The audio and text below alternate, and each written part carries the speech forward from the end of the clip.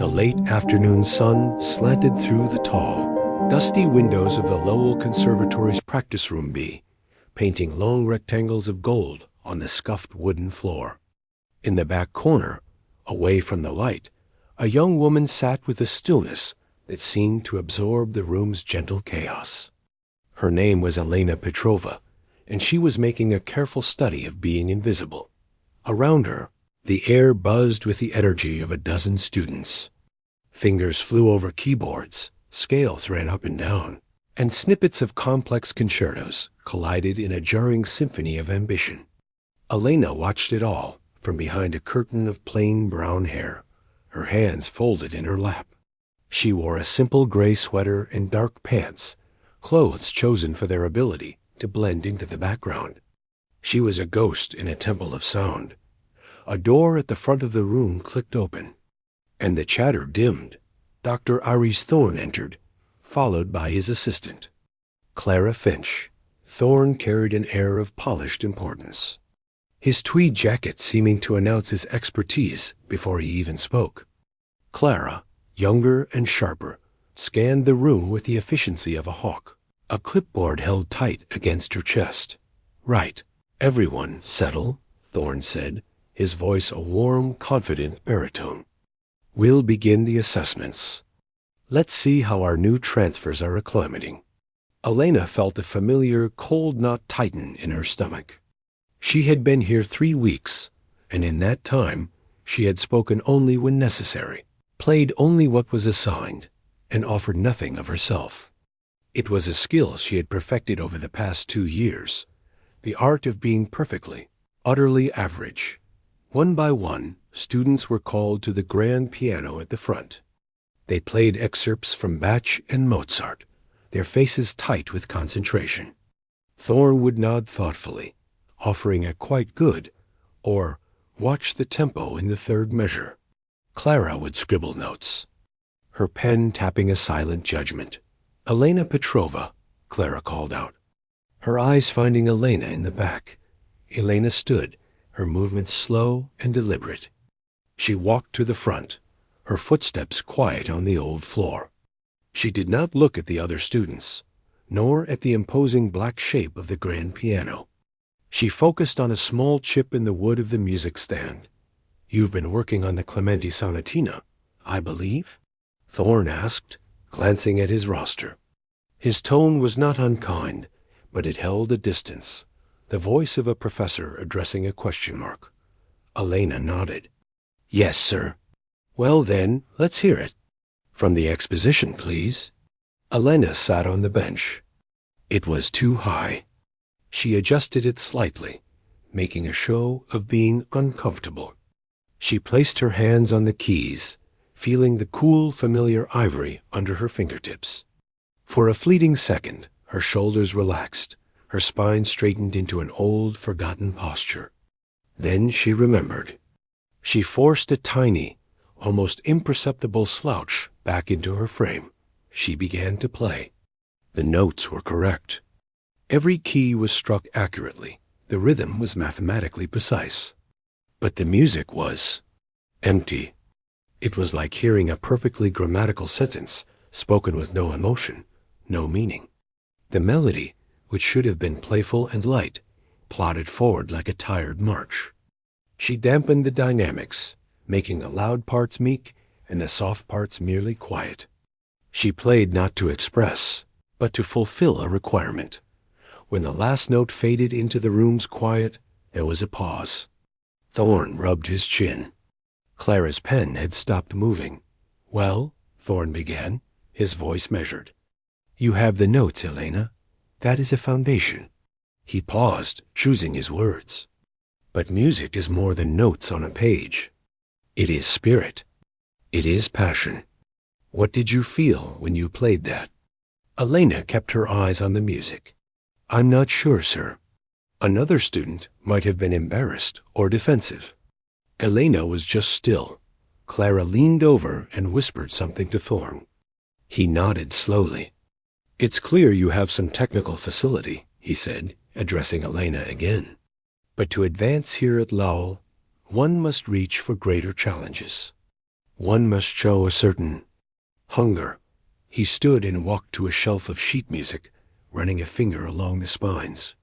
He pulled out a thick, familiar folio. The sight of it sent an actual, physical jolt through Elena, though her expression didn't change. She knew that cover. She knew the weight of it. Rachmaninoff, Thorne announced, as if introducing a great beast. He placed the open folio on the stand in front of her. The page was a storm of black notes, a dense forest of chords and accidentals. Prelude in C-sharp minor. A murmur went through the room. Even the most confident students knew this piece was a monster. It was a piece of dark, roaring emotion and terrifying technical demands, with crashing left-hand octaves and a right-hand melody that had to sing through a thunderstorm of sound. This, Thorne said, placing a gentle but firm hand on the score, will be your assignment for the end-of-semester recital. In 10 weeks. Elena finally looked up, her eyes meeting his for the first time. He saw not fear, but a deep, unsettling blankness. It's very difficult, she stated softly. It is, Thorne agreed, mistaking her blankness for being overwhelmed. But it is a masterpiece. Struggling with it, even if just to learn a few measures properly, will teach you more about music, about discipline, about respect for the repertoire, than a dozen perfect sonatinas. He smiled, a smile meant to be encouraging. Consider it a motivational tool to push you beyond what you believe you can do. Clara gave a tight, approving nod. We'll work on the foundational exercises for it in our sessions, she said. Her voice suggested she anticipated many long, frustrating sessions. Elena looked back at the music. Her eyes didn't scan it in panic. They absorbed it in a single, fluent glance. She saw not an impossible challenge, but an old acquaintance. She saw the haunting, mournful opening chords. She saw the furious, twisting central section. She saw the solemn, fading finale. She had not just played this piece before. She had lived inside it, years ago, in a different life where her name was spoken with awe, not polite indifference. That life had ended in a blur of spotlights, exhaustion, and a pressure that had cracked something inside her. She had come to lull to disappear, to see if the simple love of sound could ever return when the screaming need for perfection was gone. And now, this man with his kind, condescending smile was handing her the ghost of her past and calling it a lesson. Okay, she said, her voice a whisper. She reached out and closed the folio with a soft thud. I will try. Good, Thorne said, satisfied. He turned his attention to the next student. Now, Michael, let's hear your batch. Elena stood, collected the heavy score, and walked back to her seat in the corner. The other students glanced at her with a mixture of pity and relief that it wasn't them. As she sat down, her roommate, a warm-hearted cellist named Mia, who was all bright eyes and quick smiles, slid into the seat next to her. Are you okay? Mia whispered, her face full of genuine concern. That's insane. They can't seriously expect you to play that. It's basically hazing. Elena managed a small, unconvincing shrug. It's fine. It's not fine. Mia hissed. They're setting you up to fail in front of everyone. I'm going to say something. Please don't, Elena said, and the sudden, sharp earnestness in her voice made Mia stop. Really? It's okay. Mia studied her friend's closed-off face, the way she held the Rachmaninoff score, not like a bomb, but like a heavy memory. She didn't understand, but she nodded. All right. But I'm here, okay? We'll figure it out. Elena gave a faint, grateful smile that didn't reach her eyes. The final rays of the sun had left the room, leaving it in the cool, flat light of early evening. The practice noises swirled around her again. She opened the folio once more, not to read, but to look. Her fingertip traced the first few bars on the page. In her mind, She didn't hear her own clumsy, deliberate fumbling. She heard the music as it was meant to be, a deep, tolling bell, a cry in the darkness. The knot in her stomach wasn't just fear anymore. It was the first, faint stirring of something else, something she had locked away. It felt dangerously like a key turning in a long-shut door. The following week settled into a rhythm that felt like a slow, quiet form of punishment. For Elena, the grand piano in Practice Room B was no longer just an instrument. It had become a witness to a carefully staged performance of struggle. Her first dedicated session with Clara Finch was a masterclass in gentle humiliation. Clara sat on a straight-backed chair beside the piano, her posture perfect, a pencil poised over her notebook. "All right, Elena," Clara said, her voice crisp. "Let's start with the opening. Just the left-hand chords. Slowly. Remember, it's not just power, it's control." Elena placed her hands on the keys. She knew these chords. They were built into her muscle memory, a somber, resonant foundation. But she forced her left hand to act clumsy. She played the famous three-note motif, but made the first chord too loud and abrupt, the second one weak, the third one hesitant. The rich, bell-like harmony turned into a stumbling, uneven thump. Clara winced almost imperceptibly. No, listen." She reached over and played the chords herself.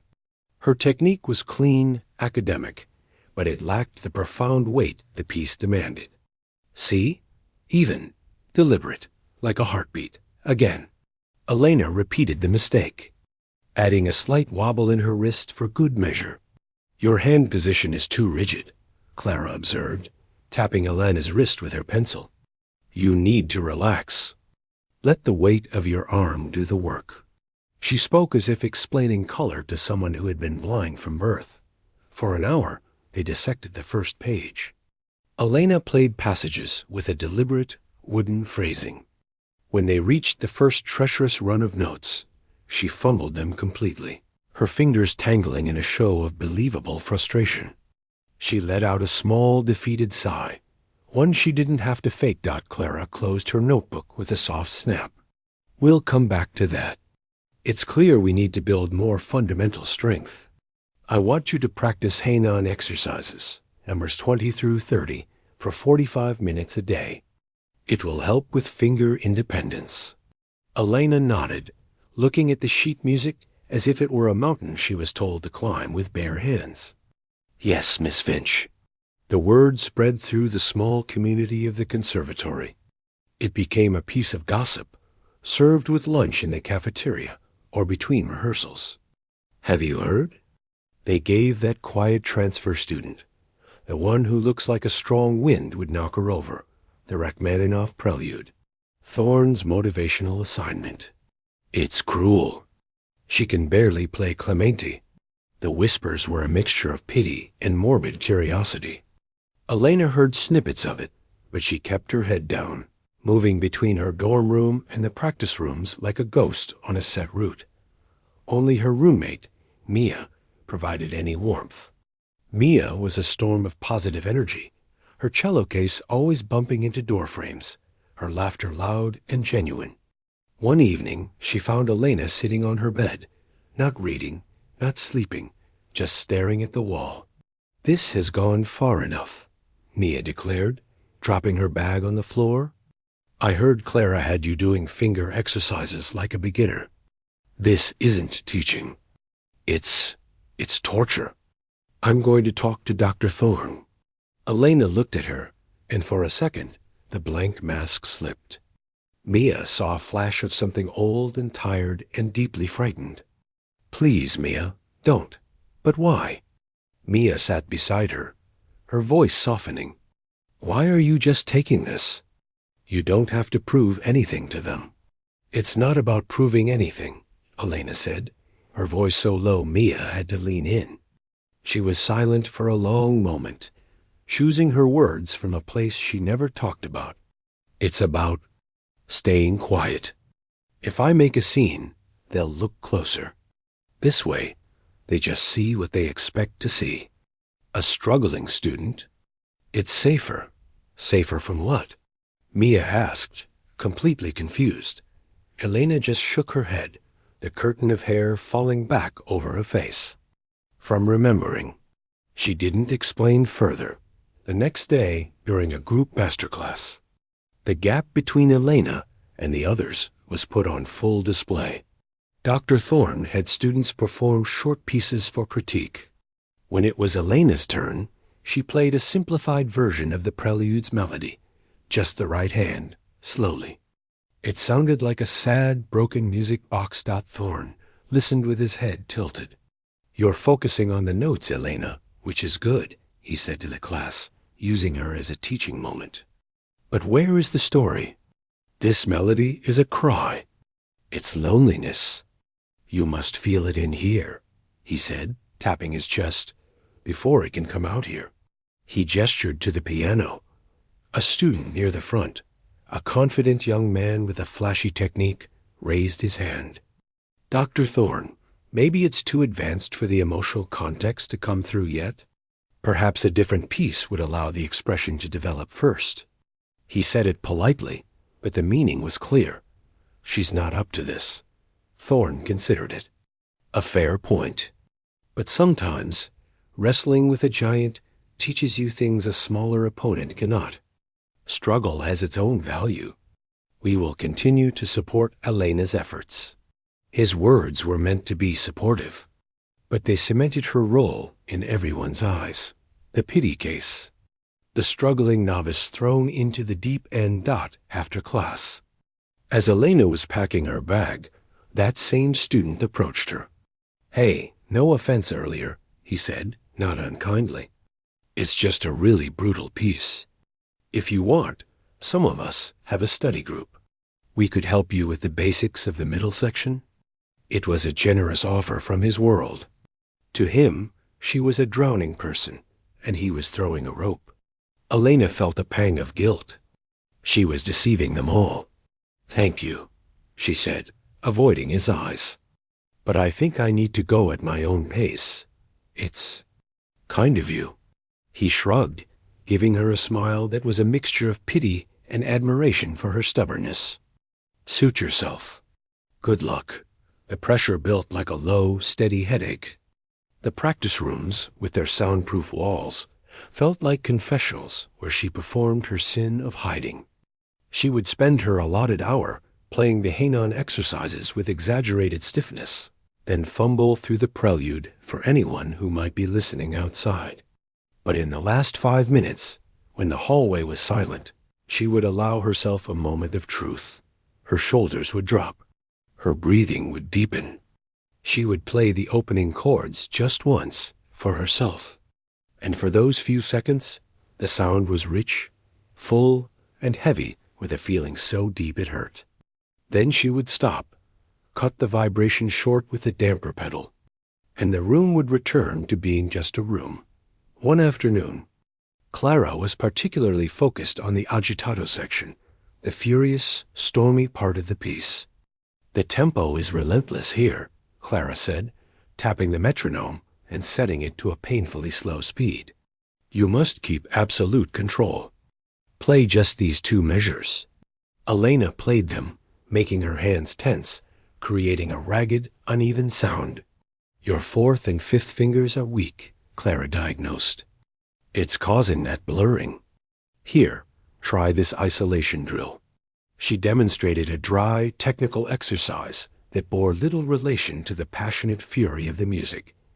Elena obeyed, repeating the drill with robotic precision. Inside, a quiet scream was building. This wasn't teaching. This was dissection. They were taking a living, breathing piece of music and turning it into a corpse for her to assemble bone by bone. They were so focused on her supposed weaknesses that they were blind. They never asked why she chose a certain fingering, even when it was subtly more efficient. They never noticed how her eyes rarely looked at the keys, even when playing difficult jumps. They saw only the character she was playing, the overwhelmed girl. That night, The weight of the double life felt heavier than usual. The whispers, the pitying looks, Clara's patient, condescending corrections, it all piled up. She lay in the dark, listening to Mia's soft breathing from the other side of the room. Mia believed in her, but even Mia believed in a lie. Elena felt utterly, terribly alone. She missed the music, the real music, with a physical ache. But she was more afraid of what would happen if she let it out. The expectations, the spotlight, the person she used to be, that life had almost broken her. This quiet, gray existence, even with its humiliations, was safer. But as she stared at the ceiling, the first few bars of the prelude played in her mind. Not in her clumsy, constructed version, but in its true, powerful form. The memory of the sound was a seed, cracked open by the pressure, and it was starting to grow. The air in the practice room had become thick with a quiet, shared dread. Every Tuesday and Thursday afternoon, Elena and Clara Finch performed the same slow, painful ballet. Clara, with her neat pencil marks on the score, would point to a measure. Elena, with her carefully constructed clumsiness, would play it wrong. It was a ritual that left them both exhausted. The crescendo here. Elena, Clara said, her voice thin with strained patience. She had stopped saying listen weeks ago. It's not a switch. It's a wave. You need to shape it. Elena nodded, looking at her hands as if they belonged to someone else. She played the passage again. She made the crescendo too sudden, like someone turning up a volume knob, then let the following notes go flat and dead. The music sounded sickly. Clara let out a small sigh, almost silent. It wasn't anger. It was something closer to disappointment, and for the first time, Elena felt a pinch of real guilt. Clara was trying, in her rigid way, to do her job. She was trying to teach a brick wall to sing. I think that's enough for today, Clara said, closing her notebook. Keep working on the phrasing. Remember, it's a language. Elena packed her sheet music without a word. She could feel Clara watching her, perhaps wondering if the assignment had been a mistake, if it had broken some essential spirit instead of building it up. That night, sleep was impossible. The dorm was quiet, the hallway dark. The fake struggles of the day had churned up something real inside her, a restless, churning energy.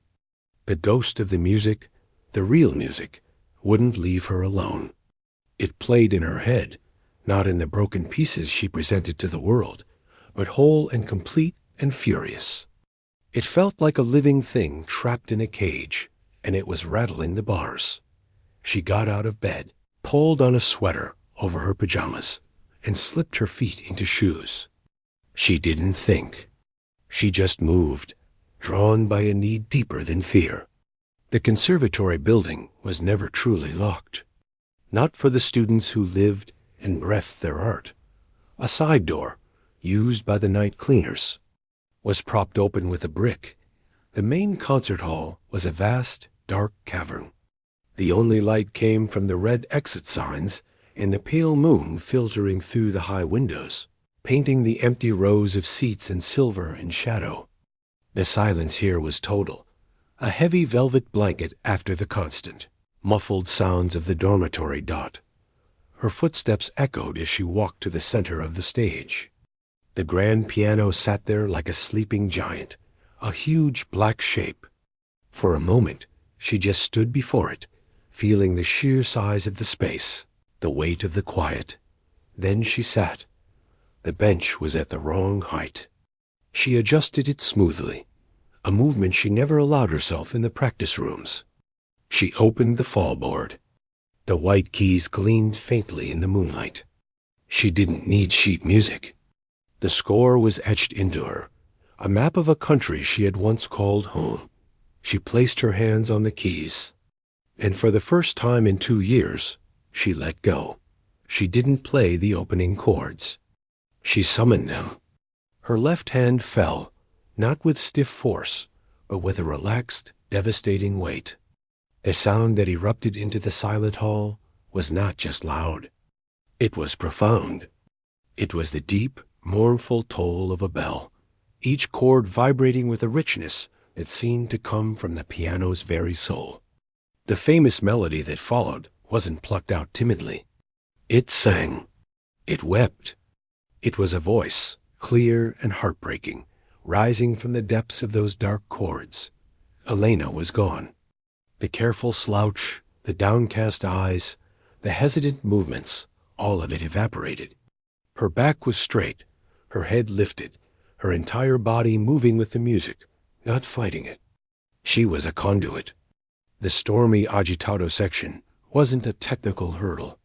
It was a furious, desperate catharsis. Her hands flew across the keys, not with panicked scrambling, but with a powerful, controlled fury. The difficult octaves roared. The complex runs were not a clutter of notes, but a cascade of dark water. She played the piece not as a student trying to get it right, but as someone who understood every ounce of its pain and its defiant strength. The music filled the empty hall, swirling up to the rafters, washing over the vacant seats. It was alive, and so was she. Unseen, at the back of the hall, the main door had cracked open. Mia stood frozen on the threshold, her hand still on the door handle. She had been in a practice room down the hall, unable to sleep, trying to wrestle a difficult passage in her cello concerto. She'd heard the first, distant chords.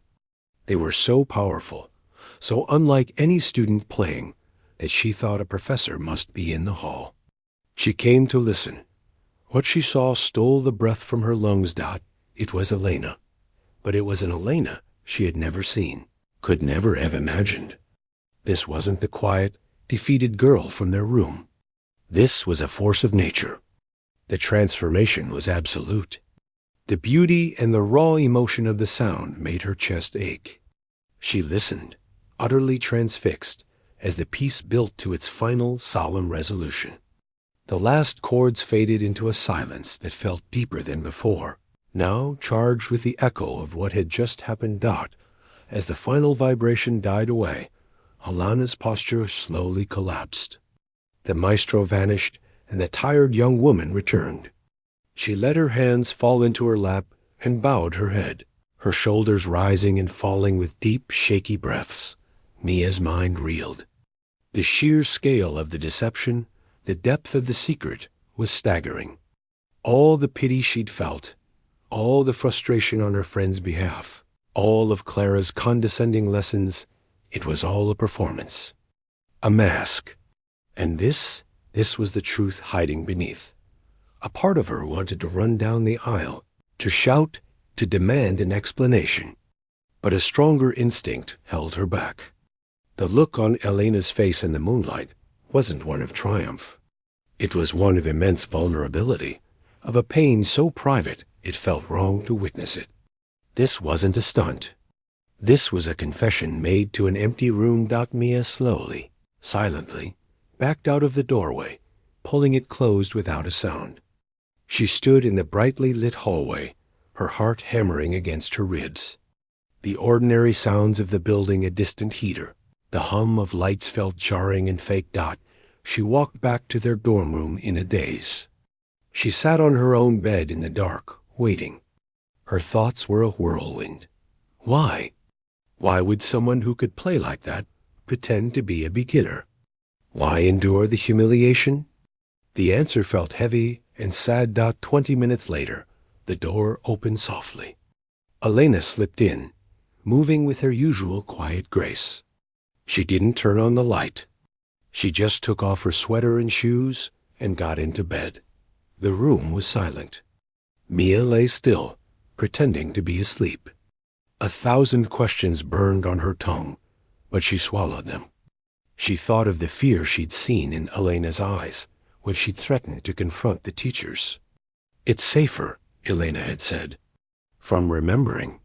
Now, Mia thought she understood a little. That performance wasn't just skill. It was memory. It was feeling.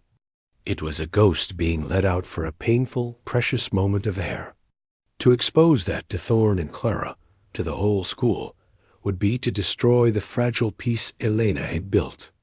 It would force the ghost to live in the world again. Mia made a decision there in the dark. The secret was no longer just Elena's. It was theirs. And she would guard it. Not because she approved of the deception, but because she had heard the real cost of it in that music. She had seen the person her friend really was, and why she might be so terribly afraid to be her Dot the next morning. Everything was normal. Elena was back to being quiet, moving like she carried a weight. At breakfast, Mia didn't say anything about the night. She just slid a cup of tea toward her friend. "Rough night?" Mia asked. Her voice carefully normal. Anna looked up, her eyes tired. "Couldn't sleep." "Yeah," Mia said, stirring her own tea. "Sometimes the music just gets stuck in your head, you know. Really loud." She held Elena's gaze for a second longer than usual, letting a flicker of understanding pass between them. Elena's eyes widened just a fraction. A silent question. Mia gave a tiny, almost imperceptible nod. Asterisk, I know. And I'm not telling. Asterisk, a look of profound, stunned relief washed over Elena's face, followed by a gratitude so deep it made her eyes shine. No words were needed. The balance between them had shifted. Elena was no longer alone inside the lie. And now, as the recital drew closer, the game had changed. It was no longer about whether Elena would fail. Mia now knew with absolute certainty that her friend could shatter every expectation in the room. The real question, the terrifying one, was what would happen if she did. The day of the recital arrived not with a bang, but with a slow, creeping dread that seemed to seep into the very walls of the conservatory. For everyone else, it was a showcase, a chance to shine under the soft lights of the small concert hall. For Elena, it felt like a walk towards the edge of a cliff. Backstage was a hive of nervous energy. Students in dark clothes tuned violins, ran scales under their breath, and adjusted ties with fumbling fingers. Elena stood by herself in a corner, wearing a simple, long-sleeved black dress Mia had helped her pick out. "It's not a costume," Mia had insisted. "It's just you." Now, Elena wished it were a costume, something she could hide inside. Mia found her, giving her arm a quick, firm squeeze.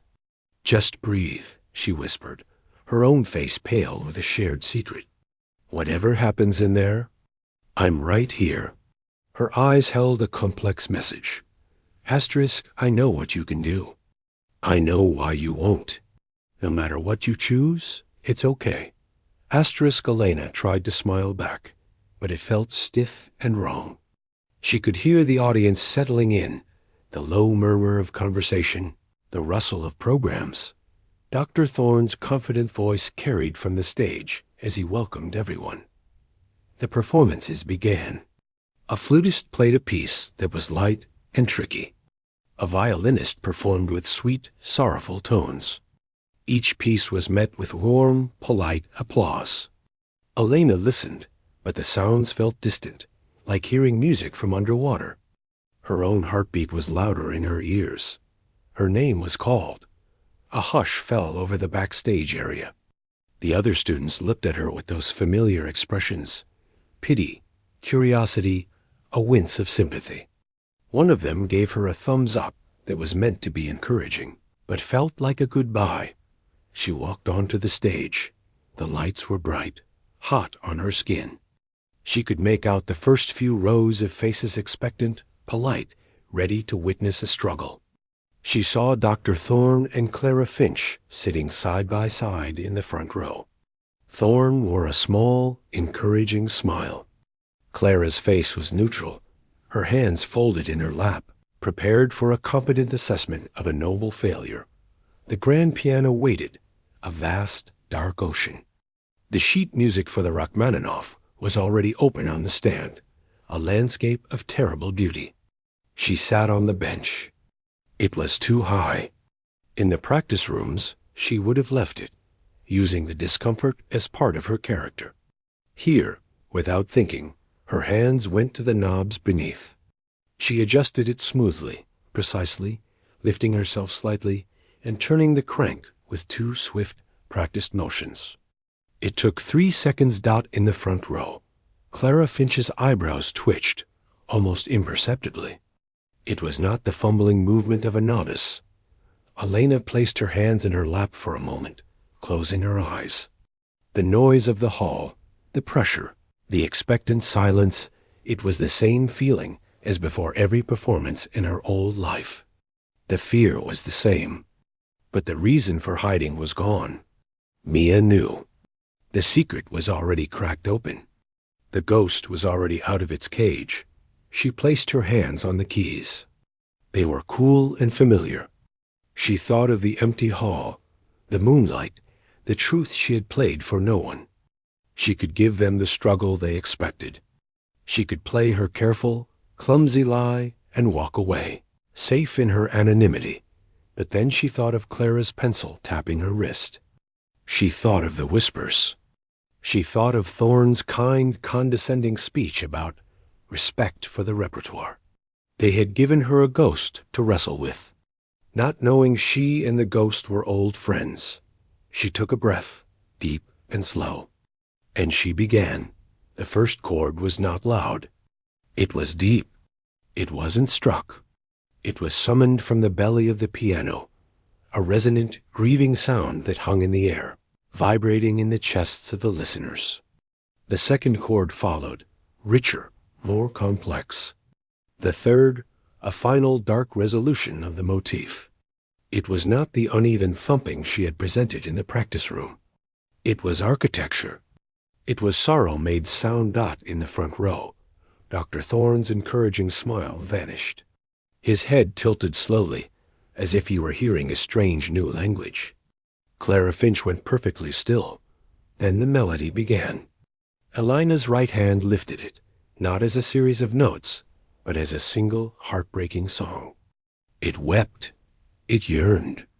It floated, clear and pure, above the dark, rolling sea of the left-hand chords. There was no hesitation, no fumbling for the right key.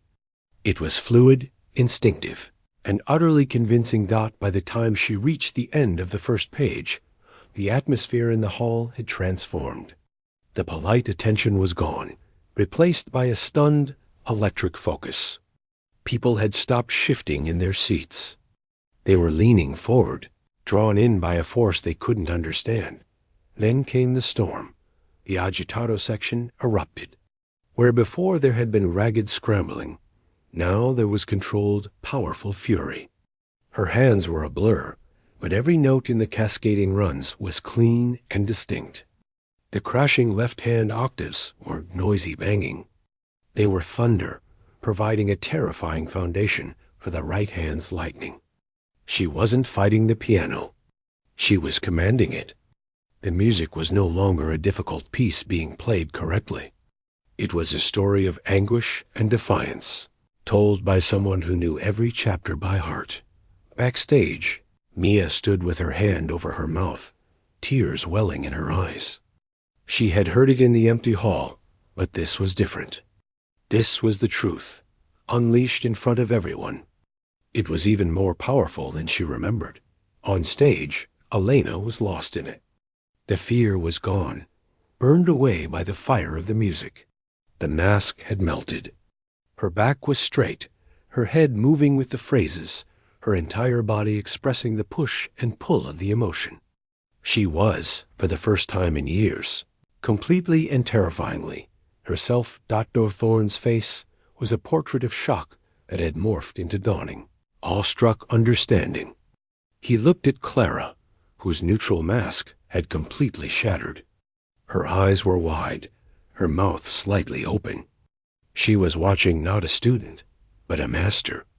Every correction she had given, every basic exercise she had assigned, flashed before her eyes, now seeming absurd, insulting.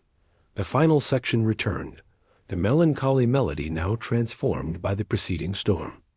It was older, wiser, heavy with memory. Elena drew the last notes out, letting them fade into a silence so absolute it felt like a physical presence. For a long moment, nothing happened. Then, as if breaking a spell, Dr. Thorne rose to his feet. He didn't clap immediately. He just stood, looking at the young woman at the piano. The movement broke the stillness. The entire audience erupted. It wasn't just applause. It was a roar. A standing ovation, not out of pity, but out of genuine, stunned admiration. The other students backstage crowded the wings, their faces shocked, confused. And then breaking into wild grins and frantic clapping, Elena, returning from the distant place the music had taken her, blinked in the bright lights. The sound of the applause washed over her, a wave of heat and noise so different from the silent moonlight of her secret rehearsals. She saw the standing crowd, the shocked faces of her teachers. The reality of what she had just done crashed into her. There was no going back. She stood, her legs feeling unsteady. She gave a small, awkward bow, not the graceful sweep of a seasoned performer, but the reflexive dip of someone unused to being seen. The applause swelled even louder as she walked off the stage. The first person she saw was Mia, who threw her arms around her in a crushing hug. "You did it?" Mia whispered fiercely into her ear.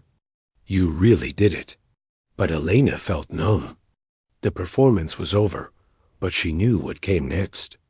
The questions, the explanations. The life she had carefully built, the quiet, invisible life, was over. She had traded it for 4 minutes of truth. She looked towards the front of the hall. Dr. Thorne and Clara. Finch were no longer in their seats. They were making their way backstage, moving with a hurried, determined purpose. Their eyes were fixed directly on her dot. The applause was still thundering in the hall, a celebration for everyone else. For Elena, it sounded like the opening door of a cage she had just willingly walked back into.